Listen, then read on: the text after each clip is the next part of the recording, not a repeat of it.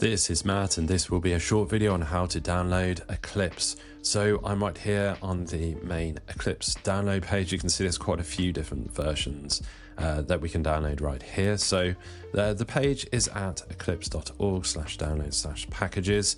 Now I will include that link in the video description just below, and you can just click that link and wind up here. You don't need to search or anything. It's actually kind of tricky to find this page. I would say it's kind of buried, quite deep inside the Eclipse site, the Eclipse Foundation site, I should say. So we have all of our different options here. You can choose Pick Your Poison, Windows, Mac, OS, and Linux, and there's lots of different types of versions depending on what you will actually be programming with.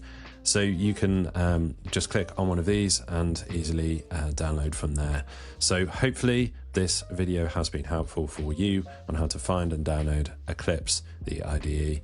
If you found this video useful, drop the video a like and subscribe to the channel for more videos just like this.